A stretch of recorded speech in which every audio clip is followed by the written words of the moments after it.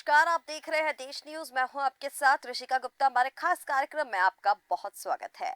आज इस खास कार्यक्रम में बात करेंगे बिहार में मचे हंगामे को लेकर, जो कि एक जमीन सर्वे को लेकर है। बिहार के करीब 45,000 गांव में इन दिनों जमीन का सर्वेक्षण हो रहा है।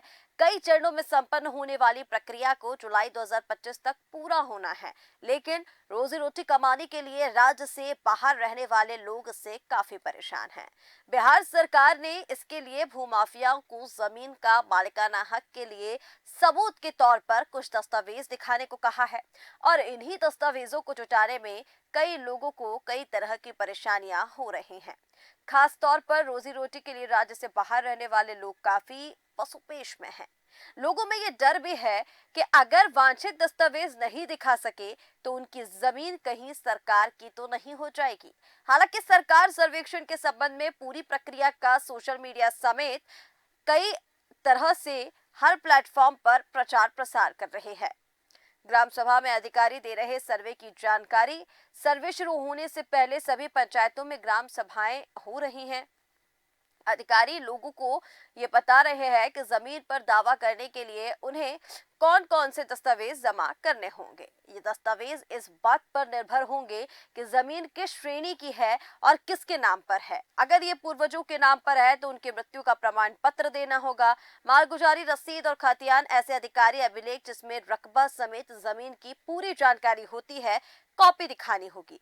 यदि दान की है या जमींदार द्वारा बंदोबस्त की गई है तो फिर दान पत्र या फिर बंदोबस्त से संबंधित दस्तावेज दिखाने होंगे, और घोषणा पत्र के साथ वंशावली या फिर आपसी बंटवारे से संबंधित कागजात भी देना होगा। जिस जमीन पर दावा किया जा रहा है उस भूखंड की चौहदवी भी दर्ज करनी होगी। जरूरत के अनुसार इन दस्तावेजों को गांव में लगने वाले शिविर में या ऑनलाइन जमा किया जा सकता है। इसके बाद सर्वेकर्मी भूखंड पर जाकर ऑन स्पॉट जांच करेंगे। उस वक्त जमीन मालिक या उसके प्रतिनिधि का होना जरूरी है। अगर उस वक्त किसी और ने दावा कर दिया तो उसे भी दर्ज किया जाएगा, जिसके बाद में सक्षम प्राधिकार द्वारा जांच की जाएगी। तय अवधि के बीच किसी तरह की आपत्ति नहीं होने पर प्रारूप प्रकाशन के बाद अंत में जमीन उसके वर्तमान मालिक के नाम पर दर्ज हो जाएगी। इससे जुड़ी विशेष जानकारी बिहार सरकार के भू राजस्व विभाग के आधिकारिक वेबसाइट पर जाकर ली जा सकती है। इसके अलावा राज्य सरकार ने सर्वे के चरणबद्ध प्रावधानों या प्रक्रियाओं के अपडेट स्थिति जानने के लिए बिहार सर्वे ट्रैकर ऐप भी बनाया है। अब ये तो हो गया कि कैसे आप अधिकारियों से जानकारी जुटा सकते हैं, किन किन जानकारी की आपको जरूरत है जो आपको देनी होगी, और उसके बाद जो बिहार में आपकी जमीन है वो आपके नाम हो जाएगी। लेकिन जो लोग बाहर रह रहे हैं उनको दिक्कतें इसलिए भी है क्योंकि कहीं ना कहीं जो पूरे दस्तावेज पेश करने हैं वो कभी कभी पूरे दस्तावेज नहीं होते। कुछ जमीनें ऐसी भी है जिन पर कब्जे किए गए हैं, तो उनको कैसे अब वो पेश करेंगे, तमाम चीजें हैं। लेकिन जो जमीन सर्वे कराया जा रहा है, क्योंकि बिहार चुनावी राज्य है, इस साल बिहार में चुनाव भी होने हैं, और ऐसे में जो जमीनी सर्वे कराया जा रहा है वो बेहद दिलचस्प भी है, लेकिन कहीं ना कहीं जो आम जन है इससे परेशानियां भी बनी हुई हैं। इसके पहले जमीन का सर्वे कब कब हुआ? बिहार में आजादी के पहले जमीन का सर्वे किया गया था। बाद में 60 के दशक में रिवाइज्ड सर्वे किया गया। हालांकि ये पूरा नहीं हो पाया। सरकार के पास कोई अपडेट रिकॉर्ड नहीं है कि उसका वर्तमान मालिक कौन है। लोगों के दादा परदादा के नाम से जमीन है और उन्हीं के नाम से भू लगान की रसीद कट रही है।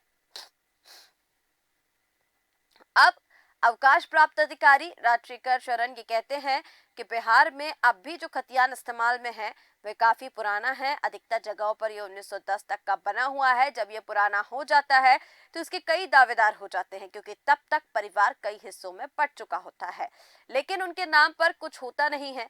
दिक्कत यहीं से शुरू हो जाती है क्योंकि उनके नाम पर ही कुछ नहीं होता। अगर वो जमीन किसी के पास चली भी गई है या किसी ने दान दे दी है तो कोई कागजात बनवाना जरूरी नहीं समझता, और इसी वजह से कई बार ये समस्याएं आती है जमीन सर्वे में कि जो कागजात चाहिए है वो पेश नहीं कर पाते हैं। खतियान जिसके नाम से है वहां से लेकर अब तक की वंशावली बनाने से समाधान निकल सकता है, लेकिन अगर किसी पक्ष को आपत्ति हुई तो मामला अदालत तक पहुंच सकता है। कई जमीनें ऐसी हैं जिनका खाता खेसरा तक गायब है। बिहार जैसे राज्य में बड़ी आबादी बाढ़ से प्रभावित है। गोपालगंज के किसान देवेंद्र राय कहते हैं कि मेरे पास तो दादा के नाम वाली रसीद है, पिताजी के पास भी कुछ नहीं था। बाढ़ आने पर जान बचाना मुश्किल होता है। पहले लोग जान बचाएं कि सामान की चिंता करें। पता नहीं किस बक्से में कौन कौन से कागज सब बह गया होगा। इसके अलावा टैपोलेट अर्थात नदियों के किनारे की वैसे जमीन जो धारा बदलने के कारण बाहर आ गई है और किसान उस पर फसल उगाने लगे हैं, इससे वे अपने पूर्वजों की जमीन बताते हैं जो समय के साथ ही नदी में समा गई और कालांतर में फिर बाहर आ गई। दियारे की ऐसी जमीन का अब तक सर्वेक्षण नहीं हुआ। इन किसानों को समझ नहीं आ रहा कि वह क्या करें। चिंता की बड़ी वजह है मौखिक बंटवारा। बिहार में बड़ी संख्या में ऐसे लोग हैं जिनकी पुश्तैनी जमीन का मौखिक बंटवारा हुआ। आशय ये है कि परिवार के सदस्यों की संख्या के अनुरूप कागज पर उनके बीच पैतृक जमीन का बंटवारा नहीं किया गया। उनके पास कोई लिखित दस्तावेज नहीं है। सर्वे मौखिक बंटवारा मान्य नहीं होता है और इसी वजह से अब लोगों को दिक्कतें आ रही हैं। इसके लिए सभी भाइयों बहनों के हस्ताक्षर वाला कागजात तैयार करना होगा। यदि किसी भाई या बहन की मौत हो चुकी है तो उसके सभी बच्चे बंटवारे के उस पेपर पर हस्ताक्षर करेंगे। जाहिर है ऐसे लोगों के लिए ये परेशानी का सबब बन गया है, क्योंकि वर्तमान समय में जमीन समस्याएं, पारिवारिक समस्याएं, जायदाद को लेकर जो पारिवारिक बंटवारा होता है उसमें समस्याएं लगातार सामने आ रही है। और ऐसे में अगर सर्वे के लिए इन कागजातों की जरूरत है तो कहीं ना कहीं बेहद परेशानी का सबब ये ग्रामीण क्षेत्रों में किसानों के लिए बना हुआ है। इसके साथ एक और भी समस्या है। मान लीजिए किसी व्यक्ति ने अपने 3 बेटों के बीच जमीन का मौखिक बंटवारा किया था। अब उसकी मौत हो चुकी है। कालांतर में 2 भाइयों ने अपने हिस्से की जमीन बेच दी तो तीसरे भाई को बंटवारे के पेपर पर उन दोनों भाइयों के हस्ताक्षर भी लेने होंगे। सर्वे अधिकारी ये नहीं देखेंगे कि किस भाई ने जमीन बेची और किसने नहीं। पिता के नाम पर जितनी जमीन बची होगी उसके संयुक्त खतियान में तीनों भाइयों का नाम डाल दिया जाएगा। जाहिर है कि ये फसाद की जड़ बनेगा। चिंता की बड़ी वजह मौखिक बंटवारा है, क्योंकि इसी से पहले पुश्तैनी जमीनों का बंटवारा हुआ करता था और इसी के बाद से जो परेशानियां हैं, और क्योंकि जैसे हमने बताया कि अगर अब जो बची हुई जमीन होगी तो ऐसे में तीनों भाइयों का नाम उस पर लिखना होगा, जो कि कहीं ना कहीं परेशानी की जड़ बनेगा। और इन तमाम चीजों को लेकर अब ग्रामीण क्षेत्र में कहीं ना कहीं भूचाल मचा हुआ है। वह लोग ये सोच रहे हैं कि जो जमीनें बाढ़ में चली गई होंगी उन जमीनों पर अब किसका हक होगा। किसी के कागजात गुम गए हैं तो किसी के पास उस जमीन के कोई कागजात है ही नहीं, या फिर ये कहें थे ही नहीं। जिनके बंटवारा हो चुके हैं, जो जमीन बची हुई है वो किसके नाम पर वर्तमान में होनी चाहिए, इसका पता नहीं। तमाम चीजें सामने आ रही है। लेकिन अब सवाल ये उठता है कि सर्वे से कैसे फायदों की आशा जो है वो लगाई जा सकती है। एक बार अगर सर्वे का काम पूरा हो जाता है तो डिजिटल होने के कारण जमीन का रिकॉर्ड यथासंभव पारदर्शी हो जाएगा और ये पता चल सकेगा कि जमीन का असली मालिक कौन है। इससे खरीद बिक्री में धोखाधड़ी की आशंका भी कम हो जाएगी। साथ ही प्रदेश में अपराध की ग्राफ और अदालतों में मुकदमे के बोझ में खासी कमी आ जाएगी। राज्य सरकार का मानना है कि सर्वे के पूरा होने के बाद जमीन से जुड़े विवाद के 95% मामले कम हो जाएंगे। इसमें दो राय नहीं कि बिहार में सर्वाधिक हत्या भूमि विवाद में होती है। इसके पीछे मुख्य कारण जमीन की नापजोख की और कागजातों की गड़बड़ी है। इसके साथ ही सरकार अपनी जमीन यानी गैर मजरूआ आम खतियान के आधार पर जिसका निजी स्वामित्व नहीं है उसकी पहचान कर उसे अतिक्रमण मुक्त करा सकेगी। स्पष्ट और अपडेट रिकॉर्ड होने से सरकार को कृषि, सिंचाई, पशुपालन, अन्य योजनाओं को बेहतर तरीके से लागू करने में मदद मिलेगी। ये तमाम फायदे जमीन सर्वे के हैं। विकास योजनाओं के लिए भू अधिग्रहण में भी आसानी होगी। लेकिन जो सबसे बड़ी परेशानी इसमें बन रहा है वो ये है कि जो बढ़ती हुई आबादी है कहीं ना कहीं डिजिटल दुनिया से उनकी दूरी बनी हुई है। भू राजस्व विभाग का अधिकतर कामकाज ऑनलाइन हो चुका है, लेकिन ये भी सच है कि एक बड़ी आबादी आज भी डिजिटल दुनिया से अपरिचित है। ऐसे लोगों के लिए दाखिल खारिज, जमीन का नक्शा प्राप्त करने और भू लगान की रसीद कटवाने जैसे काम दुरूह साबित हो रहे हैं। बकाया लगान जमा करने पर सरकार ने किसी तरह का अर्थदंड नहीं लगाया, लेकिन साइबर कैफे वाले जुर्माना का नाम पर वसूल रहे हैं। अधिवक्ता से जब चर्चा की गई तो उन्होंने कहा कि सर्वे की पूरी प्रक्रिया जितनी आसान कही जा रही है उतनी है नहीं।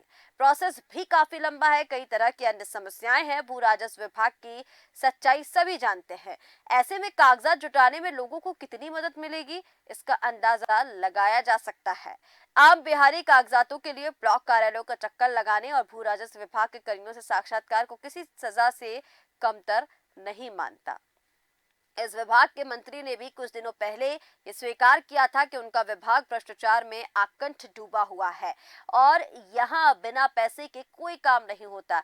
ऐसे में जो एक आम जन है, जो एक आम बिहारी है, वो कैसे ऐसे विभागों से अपने कागजातों को हासिल करेगा, ये उनके सामने एक बड़ी चुनौती है। फिलहाल सुकून की बात यह भी है कि भू राजस्व मंत्री डॉक्टर दिलीप जायसवाल ने कह दिया है सर्वे को लेकर कि सर्वे में कहीं भ्रष्टाचार की बात दिखे तो सीधे उन्हें फोन या फिर मेल पर सूचित कर दें। तो इससे कई फायदे हैं, अनगिनत फायदे इससे बताए जा रहे हैं। तमाम पहले तो देखिए किस तरह से किस किस कागजों की जरूरत है, वो आपको बताया कि किन कागजातों के आधार पर जो जमीन का स्वामित्व है वो आपको मिलेगा। दूसरा आपको बताया कि क्या समस्याएं इसमें आ रही हैं, क्योंकि तमाम जो समस्याएं हैं बिहार में, सबसे ज्यादा जो हत्याएं हैं वो भूमि विवाद में होती है। इसीलिए सरकार इस पूरे सर्वे को लेकर आई है।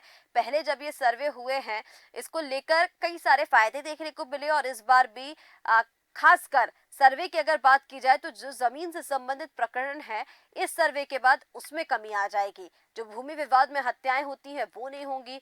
कोर्ट में जो केसेस पहुंचते हैं, जो सालों तक लंबित पड़े रहते हैं, वो सामने नहीं आएंगे। और कहीं ना कहीं सरकार जो है अब परियोजनाओं को चलाने में सक्षम साबित होगी। यानी कहीं ना कहीं जिन जमीनों पर दूसरों का स्वामित्व है या फिर कोई कब्जा कर लेता है, इन सारे मामलों को सुलझाने में आसानी होगी। तो ये तमाम चीजें सर्वे से जुड़ी हुई हैं, पर सबसे बड़ा सवाल ये है कि जिस आसानी से इस प्रोसेस को बता दिया गया है उतना आसान नहीं है। वजह है भ्रष्टाचार, क्योंकि राजस्व विभाग वो विभाग को लेकर भ्रष्टाचार में संलिप्तता बताई जा रही है। और ऐसे में एक आम जन, एक आम बिहारी कैसे अपने कागजात निकलवाएगा, ये बड़ी चुनौती उनके सामने खड़ी है। क्योंकि ये कहा जा रहा है कि बिहार में राजस्व विभाग में कोई भी काम बिना पैसों के नहीं होता, हर जगह भ्रष्टाचार है। अगर इस तरह की खबरें सामने आ रही हैं तो फिर किसी गलत व्यक्ति के पास भी वो चीजें पहुंच सकती हैं, वो कागजात पहुंच सकते हैं जो नहीं पहुंचना चाहिए। और कहीं ना कहीं अन्याय आम बिहारी या आम जन के साथ हो सकता है। इसको लेकर भी हालांकि राजस्व मंत्री ने ये कह दिया है, दिलीप जायसवाल ने, कि अगर भ्रष्टाचार की सूचना मिल रही है, अगर ऐसी खबर मिल रही है तो हमारे पास आइए, हमें फोन लगाइए, मेल हमें कर दीजिए, लेकिन इसको लेकर अब भ्रष्टाचार नहीं होगा, उनका ये कहना है। बिहार को लेकर जमीन सर्वे तो जारी है, चुनाव से पहले पहले तक, क्योंकि 2025 तक इस सर्वे को खत्म करना है। पहले तो ये नहीं हो पाएगा, लेकिन काम इसलिए जारी है क्योंकि इससे कई सारी चीजें आसान हो जाएंगी। पर इसको लेकर हंगामा भी इसलिए क्योंकि कई सारी समस्याएं आम जन के सामने खड़ी हुई हैं। लगातार इसको लेकर चर्चाएं भी तेज है, क्योंकि एक बड़ी आबादी जिसकी डिजिटल दुनिया से दूरी बनी हुई है, उनके लिए खासा परेशानी का ये जो सबब है वो बन रहा है। देखना होगा कि कब तक ये जमीन सर्वे पूरा हो जाता है और किन परिस्थितियों में, क्योंकि करीब 45,000 गांव में इन दिनों जमीन का सर्वेक्षण चल रहा है, किन परिस्थितियों में ये पूरा सर्वेक्षण होता है, देखना होगा। फिलहाल हमारे इस खास कार्यक्रम में इतना ही। आप बने रहिए देश न्यूज के साथ। नमस्कार।